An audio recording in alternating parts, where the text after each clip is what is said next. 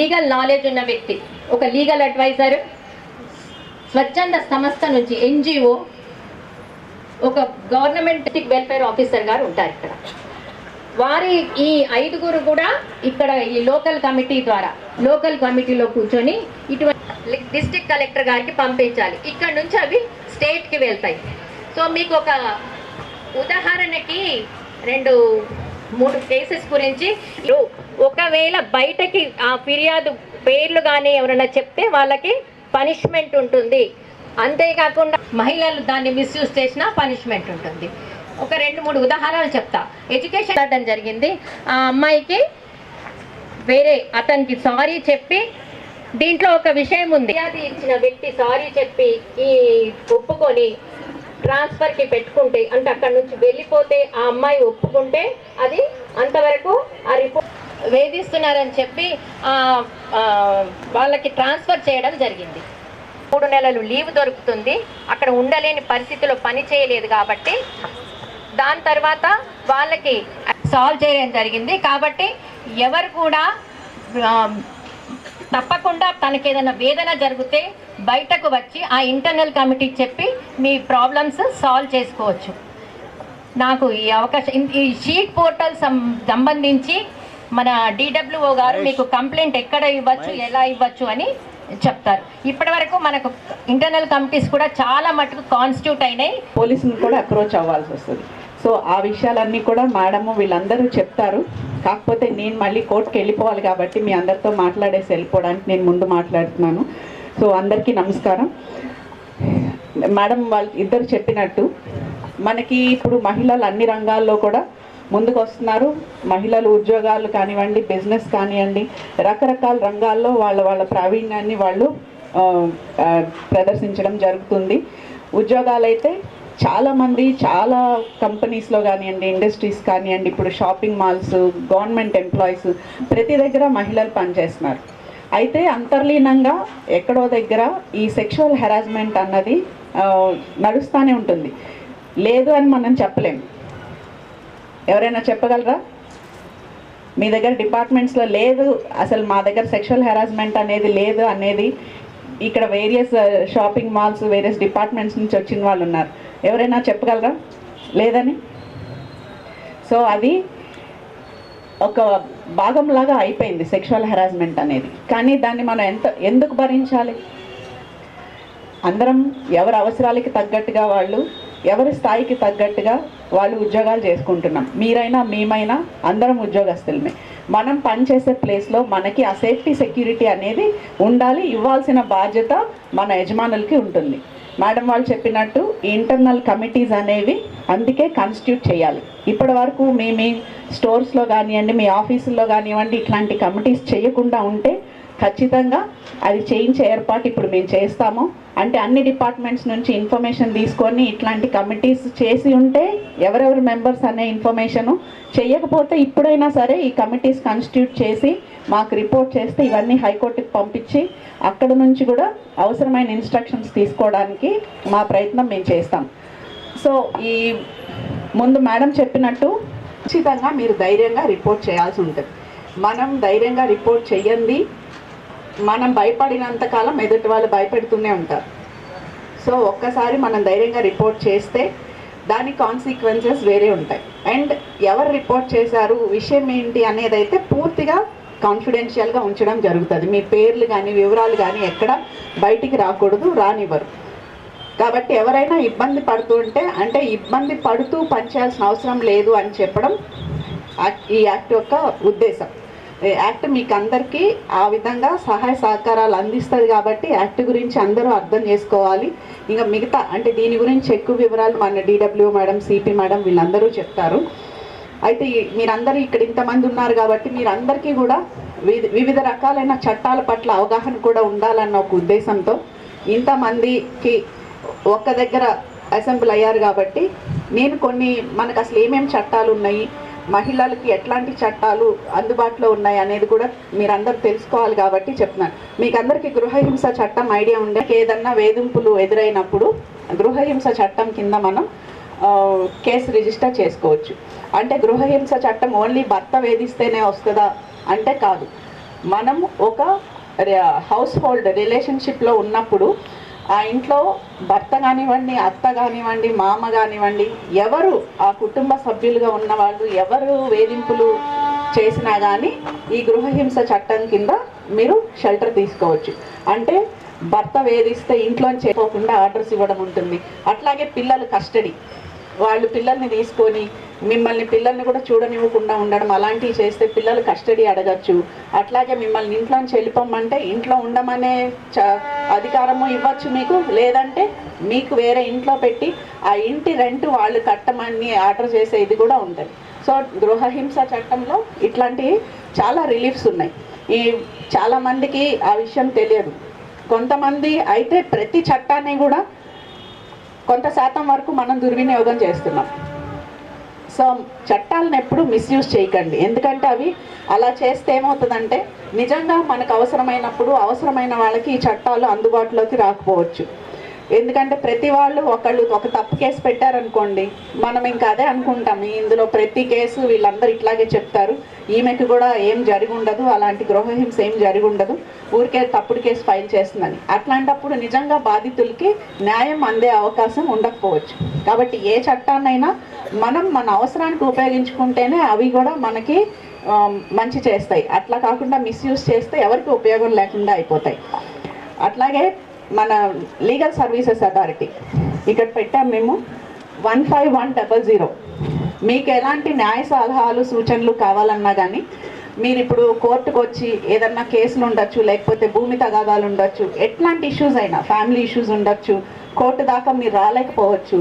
దీనికి ఎట్లాంటి న్యాయం పరంగా ఎలా పోరాడాలి అని మీకు తెలియకపోతే ఇక్కడ ఈ 15100 అనే నెంబర్కి, ఇది టోల్ ఫ్రీ నెంబర్, ఈ నెంబర్కి ఫోన్ చేస్తే మీకేమీ డబ్బులు పడవు, టోల్ ఫ్రీ నెంబర్ కాబట్టి ఈ నెంబర్కి ఫోన్ చేసి మీరు మీ సమస్యను చెప్పి సరైన సూచనలు సలహాలు న్యాయ సేవాధికార సంస్థ నుంచి పొందొచ్చు.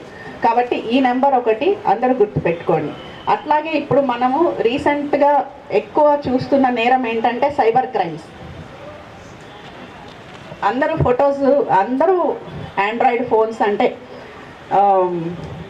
మంచి ఫోన్స్ వాడుతున్నారు. అందరూ చాలా సోషల్ మీడియాలో యాక్టివ్గా ఉంటున్నారు, ఫొటోస్ షేర్ చేస్తున్నారు, వీడియోస్ షేర్ చేస్తున్నారు. బట్ అవన్నీ సేఫ్గా ఉన్నాయా లేదా, మనం ఎవరికన్నా ఒక ఫోటో షేర్ చేస్తే అది ఎవరికి వెళ్తుంది, ఆ పంపించిన వాళ్ళని కూడా మనం నమ్మచ్చా లేదా అనేది మీరు డిసైడ్ చేసుకోవాలి. దానివల్ల లాభం కంటే నష్టాలే ఎక్కువ జరుగుతున్నాయి. అది కూడా అందరికీ తెలిసిందే. సోషల్ మీడియా వల్ల ఎంతమంది ఎన్ని విధాల ఇబ్బందులు పడుతున్నారు, చాలామంది బ్లాక్మెయిల్ చేయడం, ఇట్లాంటివన్నీ జరుగుతున్నాయి. సో అట్లాంటివి ఏమన్నా ఉంటే ఇమీడియట్గా మీరు సైబర్ క్రైమ్స్కి రిపోర్ట్ చేయొచ్చు. అట్లాగే ఇప్పుడు బ్యాంక్ ట్రాన్సాక్షన్స్, మన అకౌంట్స్లోంచి మనకు తెలియకుండానే డబ్బులు కట్ అయిపోవడం, చాలామంది అది కూడా ఒకటి ఫేస్ చేస్తున్నారు. అంటే ఏదో ఓటీపీలు ఇవి వస్తూ ఉంటాయి కాబట్టి వాటన్నిటినీ మ్యానిపులేట్ చేసి మన అకౌంట్లోంచి మనకు తెలియకుండానే డబ్బులు కట్ అయిపోతే మీరు దానికి 1930 అని టోల్ ఫ్రీ నెంబర్ ఉంది. ఆ నెంబర్కి మీరు ఫోన్ చేసి ఇమీడియట్గా, అంటే మీరు అట్లాంటిది ఏదన్నా గుర్తిస్తే, మీ అకౌంట్లోంచి మీకు తెలియకుండానే డబ్బులు వెళ్ళిపోయాయని గుర్తిస్తే ఇమీడియట్గా వెంటనే ఈ నెంబర్కి ఫోన్ చేస్తే మీ కంప్లైంట్ ఫోన్ ద్వారానే కంప్లైంట్ రిజిస్టర్ అయిపోతుంది. సో మీరు ఎంత తొందరగా కంప్లైంట్ రిజిస్టర్ చేస్తే అంత తొందరగా పోలీసులు ఇన్వెస్టిగేషన్ చేసి మీ డబ్బులు మీ అకౌంట్లోకి తిరిగి వచ్చేలాగా చూస్తారు.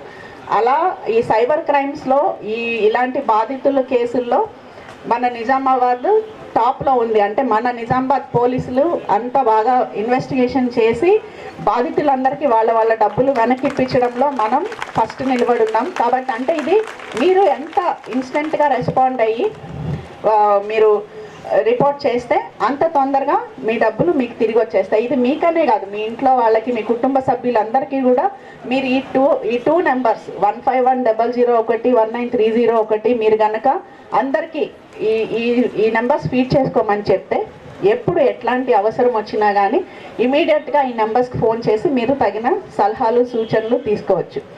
అట్లాగే మనము sexual harassment at work places గురించి ఇప్పుడు ఈరోజు టాపిక్. అంటే మహిళలు పని చేసే ఒక మైనర్ పిల్లల మీద అత్యాచారం కేసులు కానివ్వండి, ఇట్లాంటివన్నీ చాలా ఎక్కువగానే చూస్తున్నాం. సో మనము మన పిల్లల్ని వాళ్ళని వాళ్ళు ఎలా సేఫ్ గార్డ్ చేసుకోవాలో మనం ఇంట్లోంచే వాళ్ళని అట్లా స్ట్రాంగ్గా తయారు చేయాలి. సో మీ పిల్లలందరూ స్కూల్ గోయింగ్ చిల్డ్రన్ ఉండొచ్చు, కొంతమంది కాలేజ్ గోయింగ్ స్టూడెంట్స్ ఉండొచ్చు, కానీ అందరికీ ఆడపిల్లలు ఉన్నారు కాబట్టి ఆ ఆడపిల్లల్ని కాపాడుకోవడం కూడా మనదే బాధ్యత. సెల్ఫ్ డిఫెన్స్ టెక్నిక్స్ మీద ఒక నెల రోజులు ఆల్మోస్ట్ ఒక 14,000 మంది స్టూడెంట్స్కి ట్రైనింగ్ ఇప్పించాం ఇక్కడ అన్ని స్కూల్స్లో కలిపి. మేము ఒక్కసారి చేస్తాం, కానీ అది కంటిన్యూగా చేయించాల్సిన బాధ్యత తల్లిదండ్రులుగా మీ మీదే ఉంటుంది. పిల్లల్ని స్ట్రాంగ్గా అంటే ఏదన్నా అత్యవసరమైన సందర్భంలో ఒక మూడో వ్యక్తి వచ్చి సహాయం చేసే వరకు వాళ్ళని వాళ్ళు కాపాడుకోగలిగే పరిస్థితుల్లో మనం ఆడపిల్లల్ని పెంచాలి. ఆడపిల్లల్ని స్ట్రాంగ్గా మెంటల్లీ అండ్ ఫిజికల్లీ స్ట్రాంగ్గా పెంచాల్సిన బాధ్యత మనదే. ఎట్ ద సేమ్ టైం మన ఇంట్లో ఉన్న మగపిల్లలకు కూడా ఆడపిల్లల్ని గౌరవించడం అనేది మనం ఇంట్లోంచే వాళ్ళకి నేర్పించాలి. ఇంట్లో తల్లిని చెల్లిని గౌరవిస్తూ పెరిగిన మగపిల్లాడు ఎప్పుడైనా సరే బయటకు వెళ్ళిన తర్వాత ఇంకొక ఆడపిల్లని ఏడిపించడు. సో అది కూడా మన బాధ్యతే. మనందరికీ మన పిల్లాడు మన బంగారం అనుకుంటాం, మన ఇంట్లో ఉన్నంత వరకు బాగానే ఉంటాడు, కానీ బయటికి వెళ్ళిన తర్వాత అతను ఎట్లాగానే బయట కూడా ఇట్లాగే ఉంటున్నాడా, లేకపోతే ఎవరి ఇన్ఫ్లుయెన్స్తో అన్నా చేరి చెడు పనులు ఏమన్నా చేస్తున్నాడా, ఇట్లాంటివన్నీ కూడా మనం చూసుకోవాలి. అట్లా మనం ఇంటి నుంచే మన తరపున మన బాధ్యతగా మన పిల్లల్ని మనమే ఒక మంచి భవిష్యత్తు ఇవ్వడం కోసం వాళ్ళని చాలా స్ట్రాంగ్గా తీర్చిదిద్దాల్సిన బాధ్యత కూడా మన మీదే ఉంటుంది. వాటికి పోలీస్ స్టేషన్లకు వెళ్ళడం, పోలీస్ కేసు పెట్టడం అలా చేస్తే ఏమవుతుందంటే ఏదన్నా కోపంలో భార్య వెళ్ళి భర్త మీద కేసు పెడితే ఆ తర్వాత కొద్ది రోజులకి ఆ కోపం తగ్గిపోయి ఈమె ఆయనతో కలిసి ఉండాలనుకున్న భర్త ఏమంటాడు, వెళ్ళి పోలీస్ స్టేషన్లో కేసు పెట్టావు కదా, నన్ను జైలుకి పంపించావు కదా, అక్కడే తేల్చుకుందాము, నువ్వు నాకు వద్దంటాడు. జనరల్గా జరిగేది అదే. అంతేనా? అంటే అసలు చిన్న విషయాన్ని, ఏమీ లేని విషయాన్ని మనమే కోపంతో అన్నెసెసరీ దాన్ని పెద్దది చేసుకొని కుటుంబం విచ్ఛిన్నమయ్యే పరిస్థితికి తీసుకొచ్చుకుంటున్నాం. కాబట్టి అట్లాంటివి ఏమన్నా ఉంటే నా రిక్వెస్ట్ ఏంటంటే, ఇప్పుడు మన నిజామాబాద్, ఆర్మూరు, బోధన్లో కమ్యూనిటీ మీడియేషన్ సెంటర్స్ అని పెట్టాం. అక్కడ కమ్యూనిటీ మీడియేటర్స్ ఉంటారు. అంటే వేరియస్ క్యాస్ట్లకు సంబంధించి, అంటే ఎస్సీ ఎస్టీకి సంబంధించిన వాళ్ళు ఉంటారు. అంటే ఇంతకుముందు కుల పెద్దలు అలా ఎట్లా ఉండేదో ఇప్పుడు దాన్నే అఫీషియల్గా ఏర్పాటు చేయడం జరిగింది. సో మీకు అందుబాటులో ఉన్న కమ్యూనిటీ మీడియేషన్ సెంటర్స్ని కూడా మీరు డిఎల్ఎస్ఏ ద్వారా సంప్రదించవచ్చు. అక్కడ ఇద్దరిని కూర్చోబెట్టి మాట్లాడి మీకు ఒక అమికబుల్ సెటిల్మెంట్, అంటే ఒక మంచిగా రాజీ చేసి పంపించే అవకాశం ఉంటుంది. అంటే మనం పోలీస్ స్టేషన్ దాకా వెళ్ళి మరో ఒకళ్ళు చెప్పేవాళ్ళు, అర్థమయ్యేలాగా చెప్పేవాళ్ళు ఉండాలి. కాబట్టి ఈ కమ్యూనిటీ మీడియేషన్ సెంటర్స్లో మనకి మీడియేషన్ వాలంటీర్స్ ఉంటారు. వాళ్ళు ట్రైన్డ్ వాలంటీర్స్. ఎట్లా మాట్లాడాలి, మీకు ఎలా చెప్పాలి, అంటే అవతల వ్యక్తిది తప్పైతే ఎట్లా సర్ది చెప్పాలి, ఇవన్నీ కూడా వాళ్ళు చూసుకుంటారు. కాబట్టి మీకు అట్లాంటి సమస్యలు ఏమున్నా కానీ మా న్యాయ సేవాధికారి సంస్థ తరపు నుంచి మీరు సంస్థ ద్వారా ఈ కమ్యూనిటీ మీడియేషన్ సెంటర్స్ని కూడా సంప్రదించవచ్చు. మీ కేసులు అక్కడ చాలా త్వరితంగా పరిష్కారం అయిపోతాయి. ఇప్పటి వరకు మాకు చాలా కేసెస్ అక్కడ అప్లికేషన్స్ రావడం జరిగింది. అన్నీ కొన్ని అయితే 1-2 రోజుల్లోనే పరిష్కారం అయిపోయి ఫ్యామిలీస్ అందరూ చక్కగా కలిసి ఉన్న సంఘటనలు కూడా చాలా ఉన్నాయి. కాబట్టి ఇది కూడా మీరందరూ ఉపయోగించుకోవాలి. అట్లాగే జనరల్గా మనం చూస్తాం, అంటే ఏదైనా అసలు ఒక అఫెన్స్ జరగడానికి కారణం ఏంటంటే ఎక్కువగా మనం ఇప్పుడు చూస్తుంది ఇంట్లో గృహహింసలు, అంటే అత్త కోడళ్ళ మధ్య తగాదాలు, భార్యాభర్తల మధ్య తగాదాలు, ఇవన్నీ ఎక్కువ చూస్తున్నాం. వీటన్నిటికీ కారణం ఏంటి అసలు అంటే మన ఆలోచన విధానమే. ఫస్ట్ మన ఆలోచన విధానం మారితే అసలు ఇట్లాంటి అఫెన్సెస్ జరిగే అవకాశము తగ్గిపోతుంది. మనకి చట్టాల సహకారం తీసుకోవాల్సిన అవసరం అయితే అసలు రానే రాదు. నేను ఒక చిన్న ఎగ్జాంపుల్ చెప్తా. ఇప్పుడు మన ఇంట్లో ఇప్పుడు అత్తగారు ఉన్నారనుకోండి, సరే ఒక పేరెంట్స్ ఉన్నారు, కూతురికి పెళ్లి చేస్తారు. కూతురు అల్లుడు చక్కగా కూతురికి హెల్ప్ చేస్తాడు, కూతురు చెప్పిన మాట వింటాడు, ఇవన్నీ ఆ అమ్మాయి ఎంత చెప్తే అట్లా మంచిగా చూసుకుంటాడు. అప్పుడు అల్లుడు గురించి మనం ఏమంటాం చెప్పండి? మా అల్లుడు బంగారం, అసలు మా అమ్మాయిని కాలు కింద పెట్టకుండా చూసుకుంటాడు, అసలు మా అమ్మ ఏది అడిగితే అది, మా అమ్మ ఎట్లా చెప్తే అట్లా వింటాడు, కూర్చోమంటే కూర్చుంటాడు. ఏమంటాం చెప్పండి? నా కొడుకు ఒట్టి ఎదవా, నా కోడలు నెరజాన, నా కొడుకుని కొంగు కట్టేసి తిప్పేసుకుంటుంది, వాడు అసలు మా మాట వింటలేదు, మమ్మల్ని చూడట్లేదు, ఆ పిల్ల కూర్చోమంటే కూర్చుంటాడు, ఆ పిల్ల నిల్చోమంటే నిల్చుంటాడు, ఈడొత్తి ఎదవా అంటాడు. అవునా? మనమే ఉన్నాం, మనమేం మారలే. కూతురిది తప్పైతే కోడలిది కూడా తప్పే అప్పుడు, కానీ కూతురు చేసింది కరెక్ట్ అయితే మరి కోడలు చేసింది కూడా కరెక్టే కదా. మరి మనం అది ఎందుకు ఆలోచించాం? జస్ట్ అంటే ఇది ఒక ఎగ్జాంపుల్ చెప్తున్నాను. అది మనం కూతురు మన అల్లుడు కూతురికి మంచిగా చూసుకుంటున్నది మనం సంతోషపడుతున్నప్పుడు మన ఇంటికి వచ్చిన కోడలు కూడా ఇంకొకళ్ళ కూతురే కదా, మరి వాళ్ళు కూడా అంతే సంతోషంగా ఉండాలి కదా. సో మనం కూతుర్ని ఎట్లా చూసుకుంటామో కోడల్ని కూడా అట్లాగే కలిగిన రోజున మనకి ఏ కుటుంబంలో కూడా గొడవలు ఉండవు. అప్పుడు మనకి గృహహింస చట్టంతో పని కూడా లేదు. ఈ కమిటీస్ ఏర్పాటు అయ్యేలాగా చూస్తాము. అది కమిటీస్ ఏర్పాటు చేయించడం ఒక వంతు అయితే, ఆ కమిటీస్ని అవసరమైనప్పుడు యూటిలైజ్ చేసుకోవాల్సిన బాధ్యత అయితే మీ మీదే ఉంది. కాబట్టి మీరందరూ కూడా ఎక్కడ ఉద్యోగాలు చేసినా సేఫ్గా, సెక్యూర్డ్గా, కాన్ఫిడెంట్గా ఉద్యోగాలు చేసుకోవాలనే ఒక ఉద్దేశంతోనే ఈ చట్టం గురించి మీకు అందరికీ తెలియజెప్పాలనే ఉద్దేశంతోనే ఈరోజు ఈ ప్రోగ్రామ్ అరేంజ్ చేయడం జరిగింది. సో మీకేమన్నా డౌట్స్ ఉంటే కూడా మనకి ఇంకా DWO మేడం ఉన్నారు, మన నీరజారెడ్డి మేడం ఉన్నారు. వాళ్ళు ఆల్రెడీ మేడం 2015 నుంచి కమిటీలోనే వర్క్ చేశారు. ఆమె చాలా కేసెస్ సాల్వ్ కూడా చేశారు. కాబట్టి ఎట్లా ఏంటి అనేది మీకేమన్నా డౌట్స్ ఉంటే మేడంని అడిగి కూడా మీరు క్లారిఫై చేసుకోవచ్చు. అందరికీ నేను చెప్పింది అర్థమైందనే అనుకుంటున్నాను. అందరూ మీ ఆఫీసు టైము అయినా పొద్దున్నే ఇంకొక గంట ముందు మీరు రావాలంటే ఇంకొక గంట ముందు లేచి మీరు పనంతా పూర్తి చేసుకొని మీరు బాక్సులు సర్దుకొని ఇంట్లో బాక్సులు అందరికీ సర్ది పెట్టి రావాలి. ఒక గంట ఎక్స్ట్రా టైం అంటే తీసుకోవడం అంటే చిన్న విషయం కాదు ఇప్పుడున్న ఉరుకుల పరుగుల ప్రపంచంలో. సో మీరు ఆ టైం తీసుకొని ఒక గంట ఎక్స్ట్రా అయినా సరే తీసుకొని ఈరోజు ఈ ప్రోగ్రామ్కి అటెండ్ అయ్యి మా ప్రోగ్రామ్ని సక్సెస్ చేసినందుకు మీ అందరికీ కూడా మరొకసారి ధన్యవాదాలు తెలుసుకుంటూ థ్యాంక్ యూ.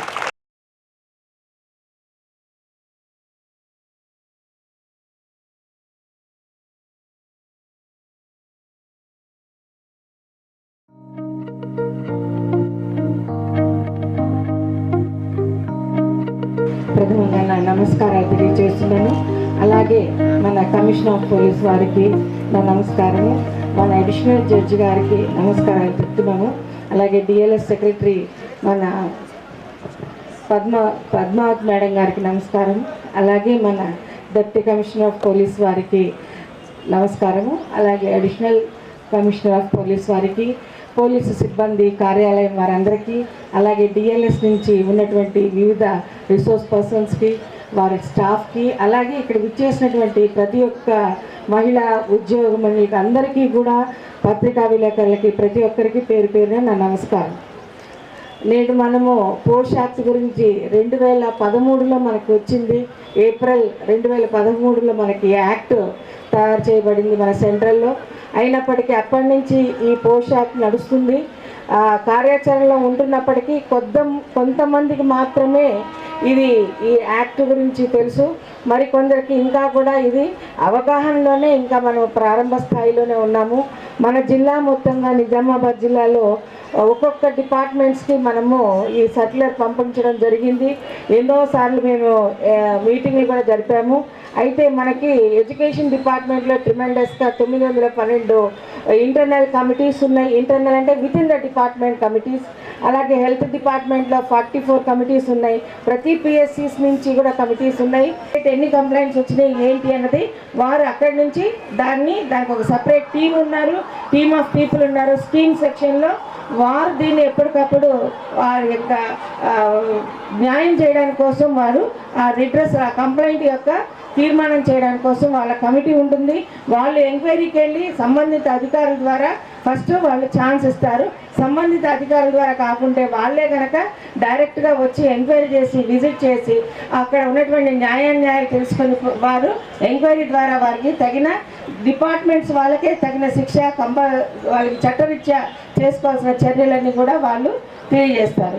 ఇందాక మనకు చెప్పారు, ఈ కంప్లైంట్ చేసిన తర్వాత ఇవ్వడానికి ముందు తర్వాత కూడా వారు చాలా క్షోభకి గురవుతారు. కాబట్టి ఆ క్షోభ పరిస్థితుల్లో వారికి 3 నెలల పెయిడ్ శాలరీ కూడా ఇస్తారు. గవర్నమెంట్ ఎంప్లాయీస్కి పెయిడ్ శాలరీ ఇస్తారు.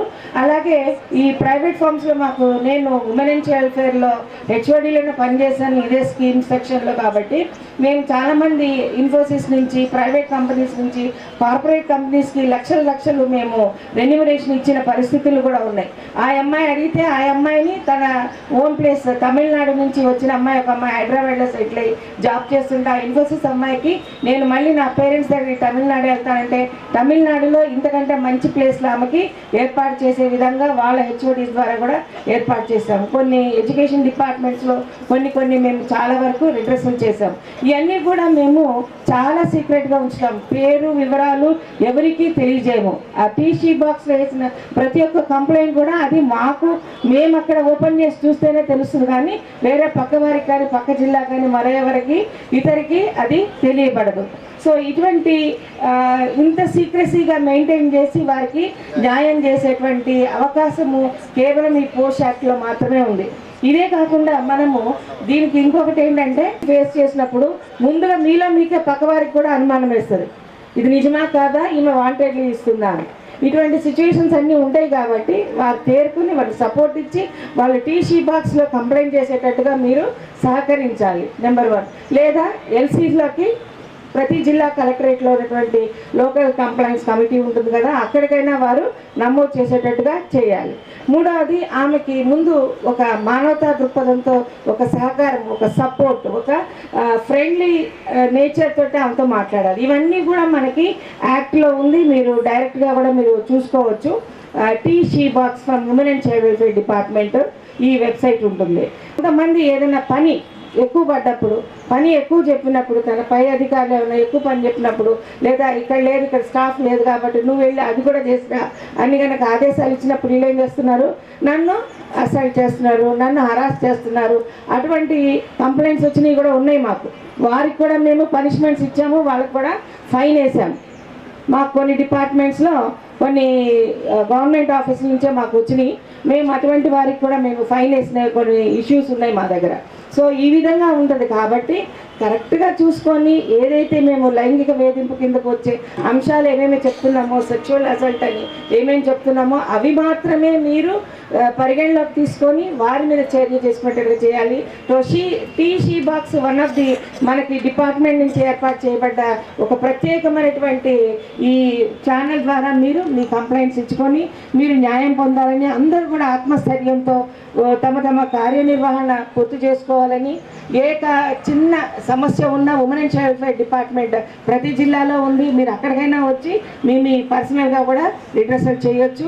ఆర్గనైజ్డ్, ఇన్ఆర్గనైజ్డ్ సెక్టర్స్ ఎక్కడైనా ఎవరైనా స్త్రీకి సంబంధించిన ఏ సమస్య వచ్చినా అక్కడికి వచ్చి మీరు మీ యొక్క సమస్యలకు పరిష్కారం పొందవచ్చని తెలియజేస్తున్నాను. ఈ అవకాశం ఇచ్చినటువంటి మా డిఎల్ఎఫ్ సెక్రటరీ గారికి, జడ్జి గారికి, మేడం గారికి, ప్రతి ఒక్కరికి పేరు పేరున నమస్కారాలు తెలియజేసుకుంటూ సెలవు తీసుకుంటున్నాను. Thank you. వెళ్ళడానికి అవకాశం ఉండదు. వాళ్ళు అట్లాంటి ముందు కొన్ని సిగ్నల్స్ పంపిస్తుంటారు, కొన్ని రకరకాల చేష్టలు చేస్తూ ఉంటారు. కాబట్టి ముందు నుంచే నిక్కచ్చిగా నో అనే పదం ఒక్కటి మీరు గట్టిగా చెప్పగలిగినట్లయితే ఎవరికి కూడా ఇలాంటి సందర్భాలు ఎదురుకావని నేను కోరుకుంటూ, ఈ అవకాశం మీరందరూ ఇక్కడ పార్టిసిపేట్ చేసి ఇక్కడ నేర్చుకున్నది సమాజంలోకి వెళ్ళి మీరు ఒక్కొక్కరు 15 మంది, ఎంతమంది సాధ్యమైతే అంతమందికి మీరు ఇలాంటి విషయాలు చెప్పి ఇవి అన్నీ ఎన్షూర్ చేసుకోవాలా, ఇవన్నీ సమాజంలో ఇంప్లిమెంట్ చేసే విధంగా మీరు బాధ్యత తీసుకోవాలని చెప్పి కోరుకుంటూ ఈ అవకాశం ఇచ్చిన డిఎల్ఎస్ఏ మేడం గారికి ధన్యవాదాలు తెలియజేస్తూ అంటే అంతవరకు మేము కనుక్కోగలుగుతాం, చేయగలుగుతాం. కాబట్టి మీ అందరూ కూడా ఈ విషయంలో మాకు సహకారం అందిస్తే ఈ స్కీమ్ని ఇంకా మనం ముందుకు తీసుకుపోవచ్చని తెలియజేస్తున్నాం. ఇప్పుడు నీరజారెడ్డి గారు, డిడబ్ల్యూఓ గారు, అడిషనల్ డీసీపీ గారు, ఏసీపీ గారు, ఈ కార్యక్రమానికి వచ్చిన అందరికీ నమస్కారం. చాలా ఎండ ఉంది. చట్టం గురించి అందరికీ బాగా అవగాహన వచ్చిందని అనుకుంటున్నాను. తెలిసిందా అందరికీ? ఎస్. సో మళ్ళీ చెప్పాల్సిన పని లేదు కదా, మాట్లాడడం ఆపేస్తాను. సో ఫుల్ క్లారిటీ వచ్చింది అనుకుంటా అందరికీ. సో ఒక 2 minutes, మరి ఈ లా ఉందని ఇప్పుడు మీ అందరికీ తెలుసు. మరి కంప్లైంట్ చేస్తామా మనం రేపు? ఏదన్నా అయితే చేస్తారా?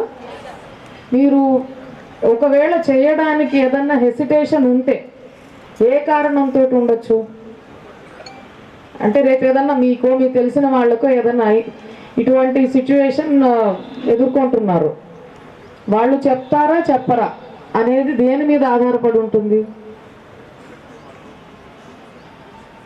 మీకు అవేర్నెస్ అయితే వచ్చింది కదా, ఇప్పుడు ఒక యాక్ట్ ఉంది, ఇట్లాగే ఇంటర్నల్ కంప్లైంట్స్ కమిటీ ఉంటుంది, అది పెట్టకపోతే కూడా మనం పోలీస్ స్టేషన్కి వెళ్ళొచ్చు. ఇప్పుడు నిజామాబాద్ జిల్లాలో మనం ఈ మధ్యనే భరోసా సెంటర్ ఒకటి ఇనాగరేట్ చేసుకున్నాం, అందరికి ఐడియా ఉంటుంది అనుకుంటా.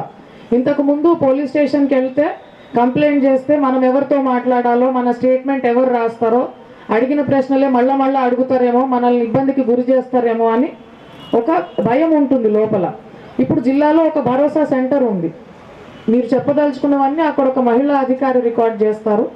మిమ్మల్ని పదే పోలీస్ స్టేషన్లకు కానీ అట్లా తిప్పడం అనేది ఉండదు.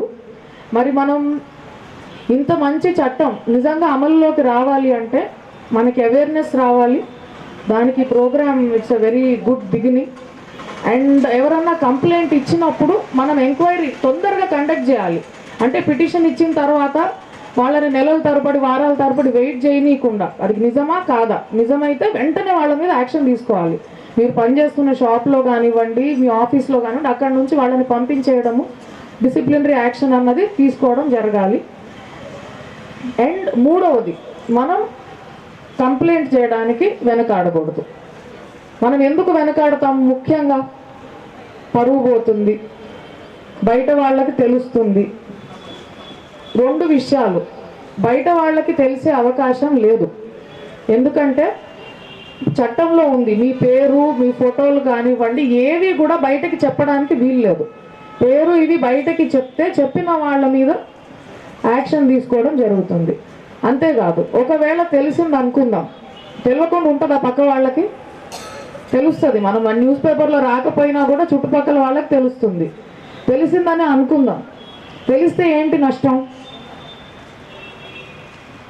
చెప్పండి. అంటే మీ చుట్టుపక్కల వాళ్ళు మిమ్మల్ని ఎవరో హెరాస్ చేశారు, మిమ్మల్ని ఏదో ఇబ్బందికి గురి చేశారు అని మీ చుట్టుపక్కల వాళ్ళకి తెలిసింది అనుకుందాం, తెలిస్తే ఏమవుతుంది?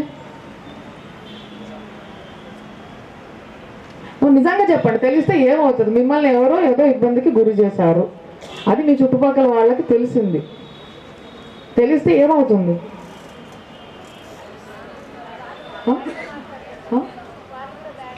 వాళ్ళు కూడా బ్యాడ్గా మాట్లాడతారు.